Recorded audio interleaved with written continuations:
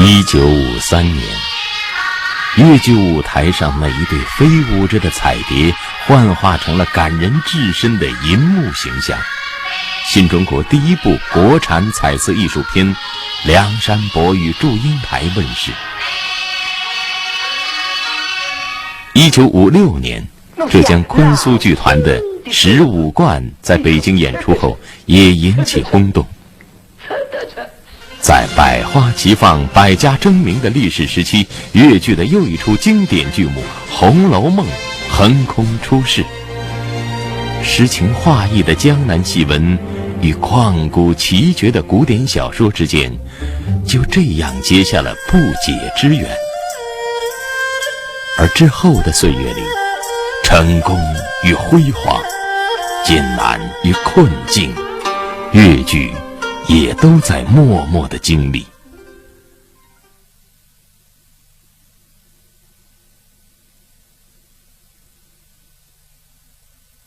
1959年秋天的北京城，正值建国10周年大庆。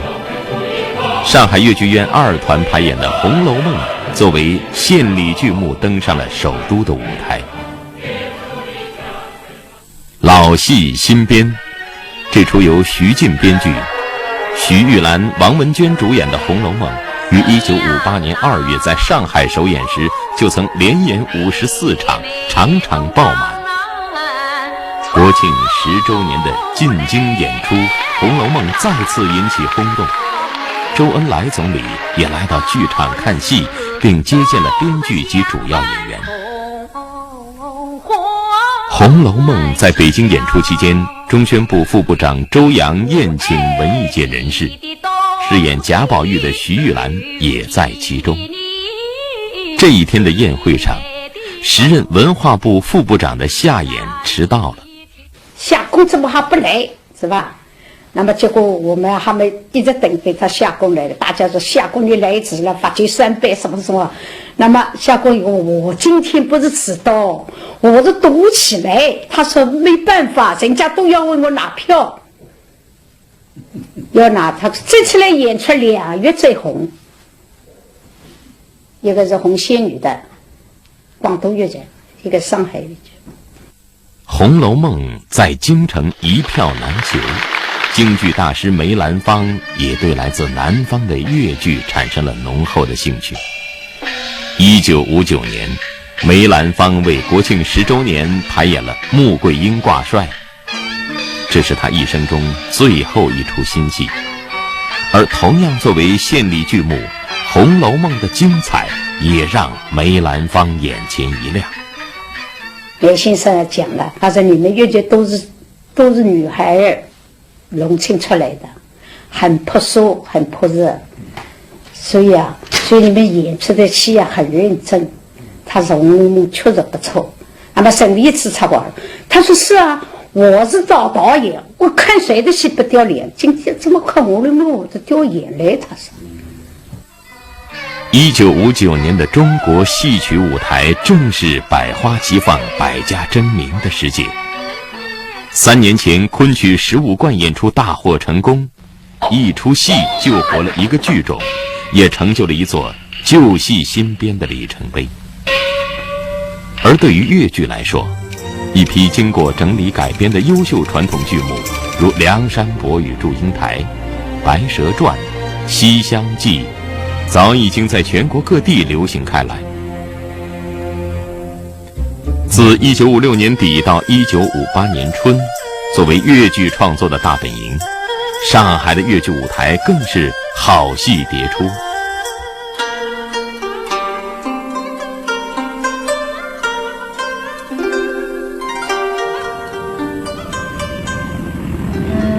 1958年的春节，热闹的上海，就在大世界隔壁的共舞台，几乎天天都能听见掌声、喝彩声。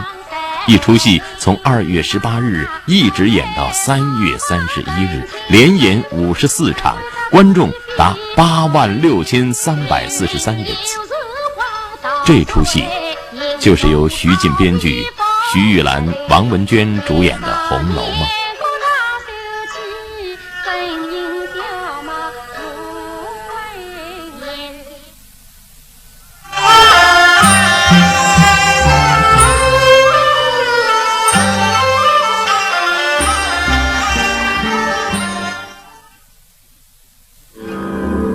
自17世纪50年代曹雪芹的《红楼梦》巨著问世以来，200年间有关《红楼梦》的戏曲改编本不计其数。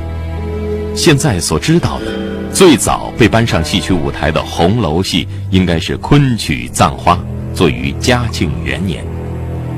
而1916年初，在北京吉祥园则上演了梅兰芳的第一出红楼戏《黛玉葬花》，这也是京剧与《红楼梦》的第一次相遇。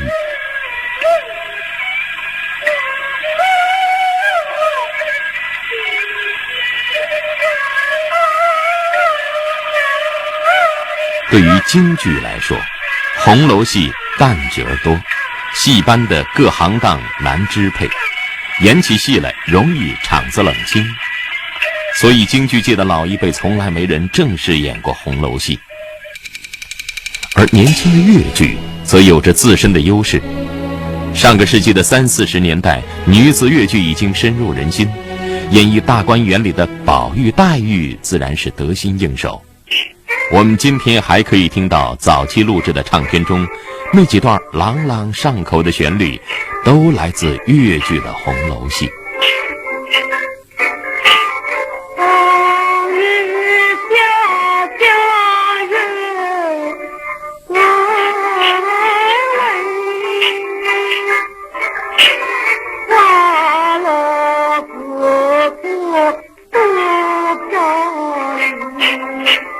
40年代的上海，袁雪芬也演过林黛玉。傅全香和范瑞娟的东山乐艺社还演出过宝玉与晴雯。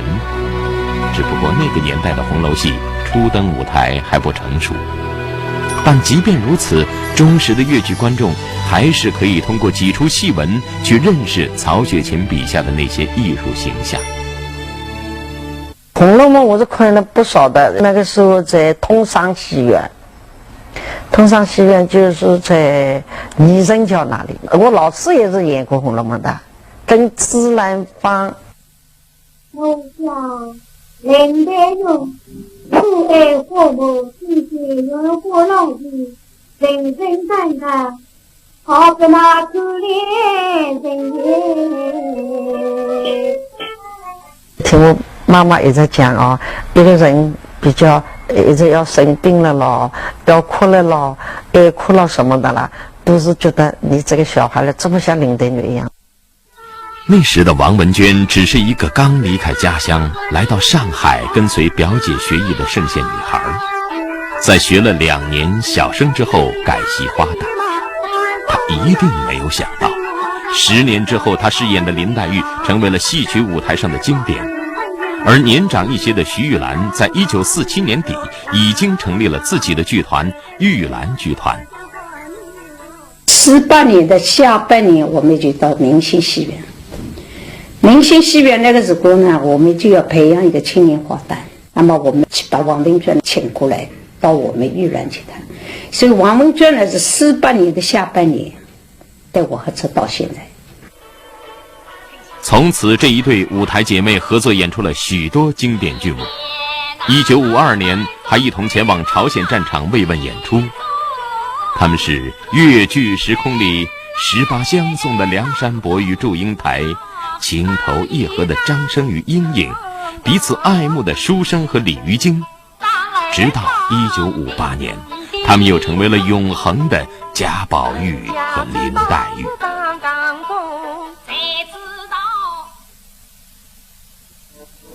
1952年，《红楼梦研究》一书出版，作者俞平伯就这样误入红尘。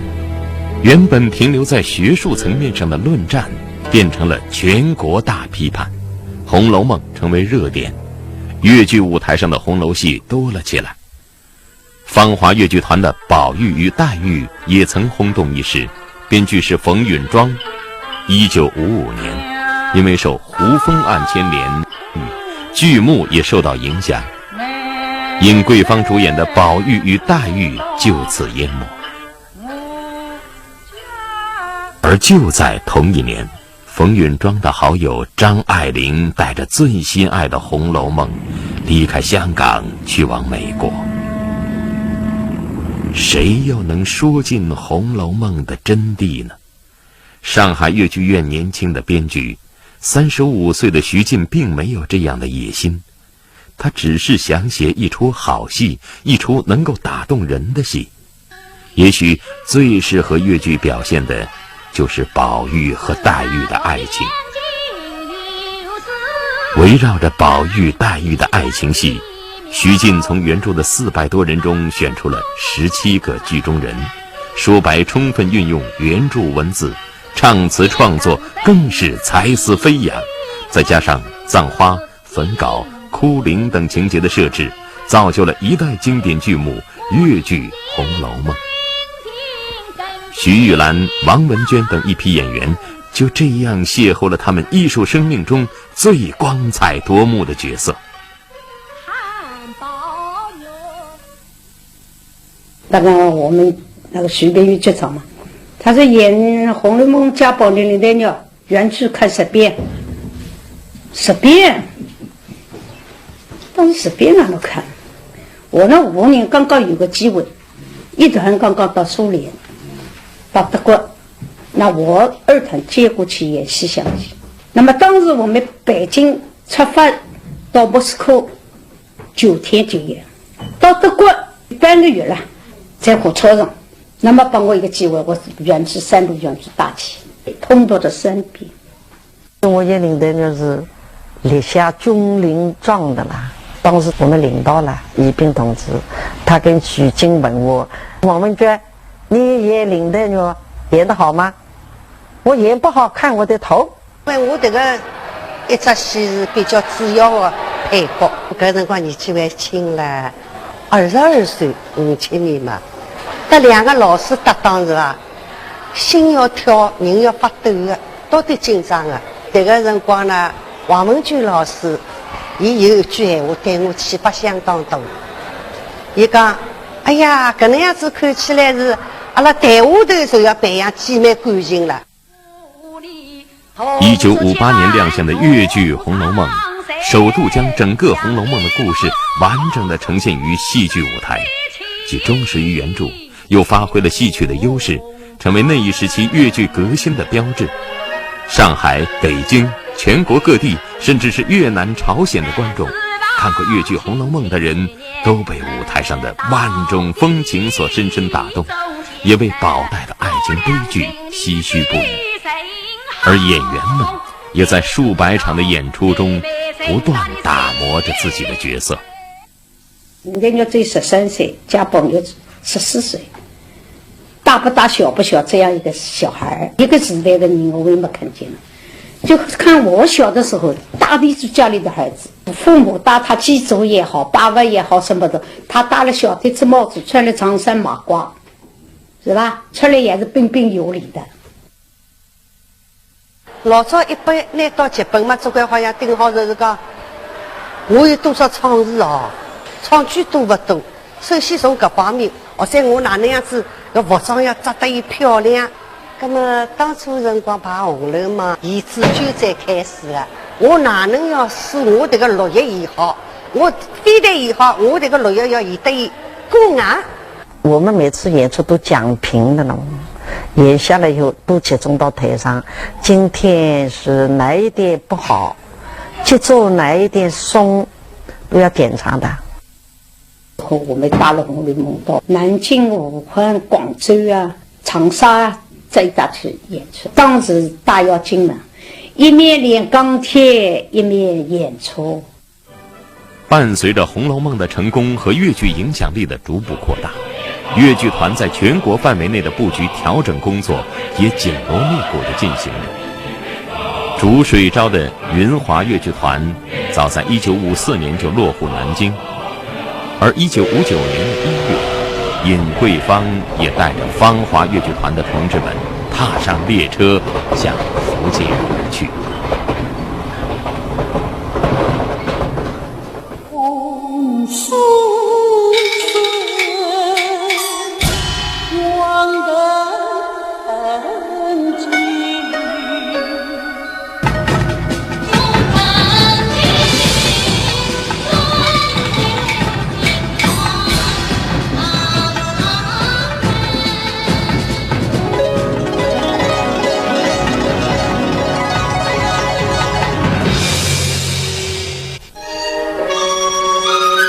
上个世纪的50年代末和60年代初，戏曲电影的创作走向了鼎盛时期。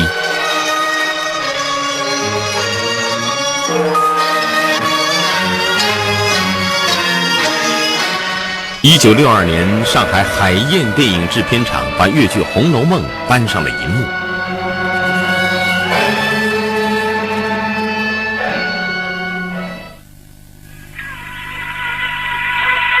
最早将《红楼梦》故事拍摄成电影的是1924年的明星影片公司，他们将梅兰芳的《黛玉葬花》等5出京剧片段搬上了银幕。当时那一段《黛玉葬花》还选择了外景拍摄，梅兰芳选中了朋友冯幼伟家的花园，那里原来是一处清朝贵族的府邸。而到了1942年，上海中华联合影片公司拍摄了故事片《红楼梦》，演员都是那个时期红得发紫的影坛大明星。周璇演林黛玉，袁美云反串贾宝玉。当时还只有15、16岁的王文娟也是周璇的影迷。一到星期天呢，早晨总是看电影，下午晚上还是早上演出。我看了周璇的这个《红楼梦》呢，她的声音好像有点记得，她的化妆好像有点记得，她是人倒蛮爱笑的。1957年，电影中那个灵巧的黛玉不在了，金嗓子周璇在上海病故，年仅37岁。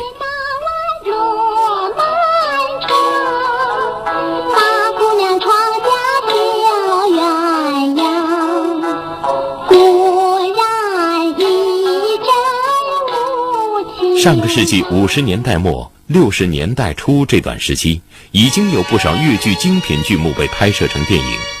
潘贵人，叫贵人。《红楼梦》登上大银幕，要从1960年的那次赴港演出说起。我那个时光嗓子多好了，都30几岁个蹦的时候哎，是吧？一演《红楼梦》，一演18场。当时香港的电影人也领略到了《红楼梦》的魅力。那么演出以后呢，就是香港有的凤凰公司要叫我们留下来拍电影。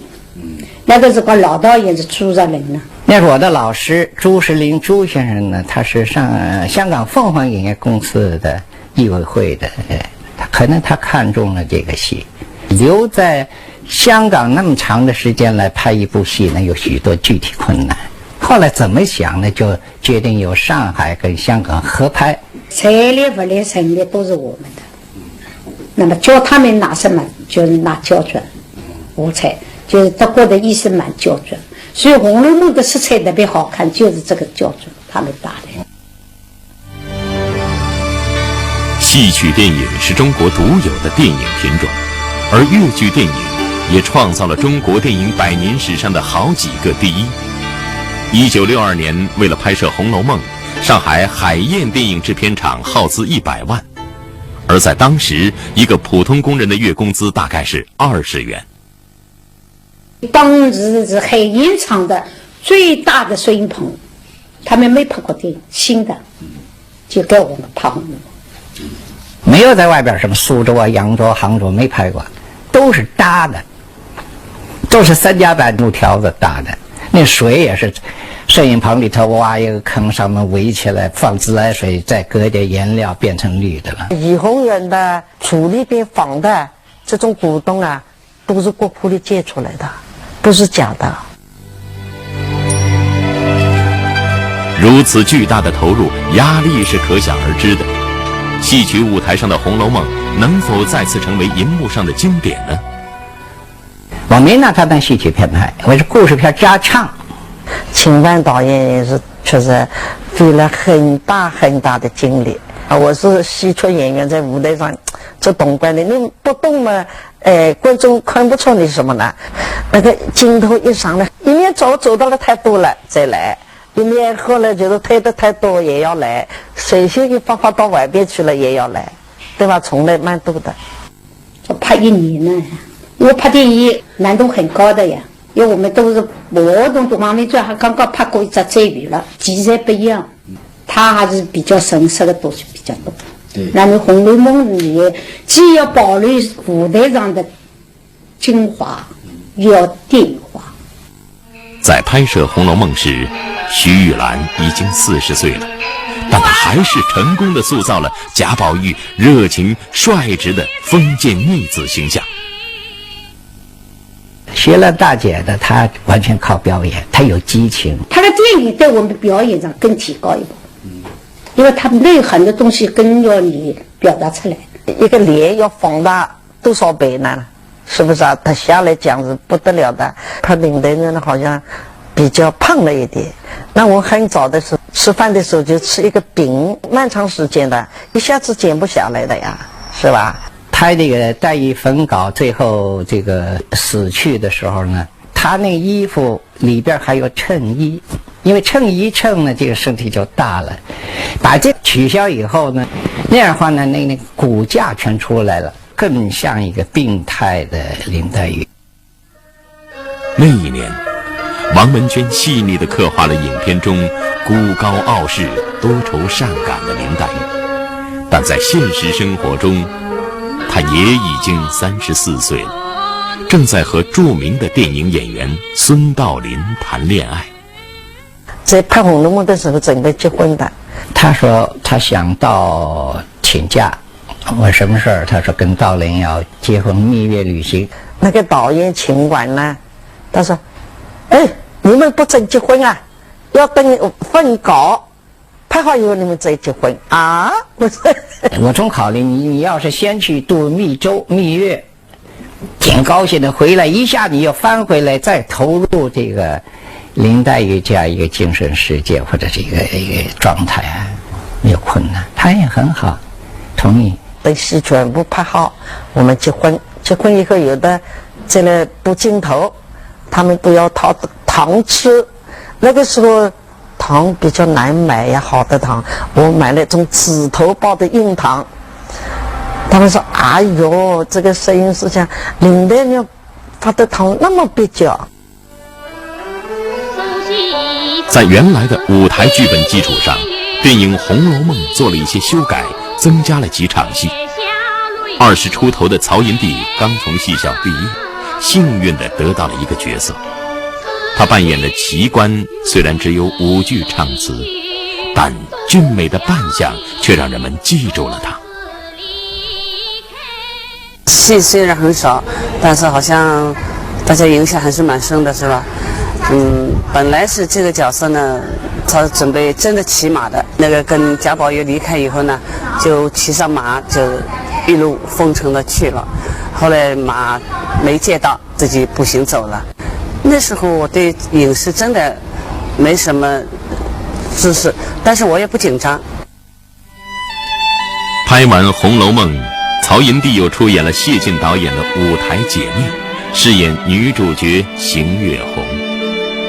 据说这个人物的原型就是当年的越剧10姐妹之一，被戏霸逼死的小丹桂。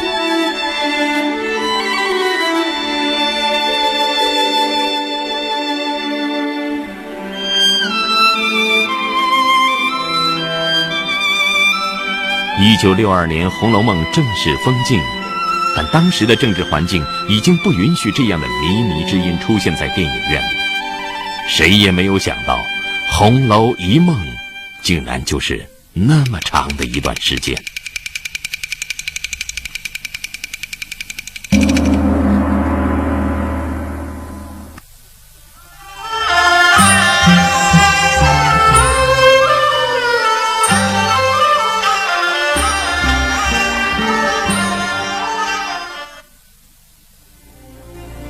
《红楼梦》的拷贝正静静地躺在不知名的角落，等待着总要来的春天。红楼一梦醒来已是1976年的10月。